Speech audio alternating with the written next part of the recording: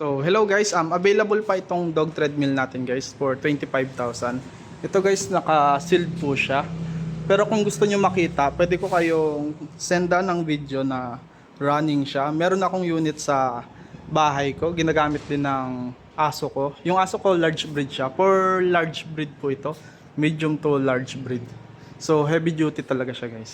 Kayang-kaya kahit hanggang 150 kilos. Kahit tao po. Na-try na rin na po namin yan.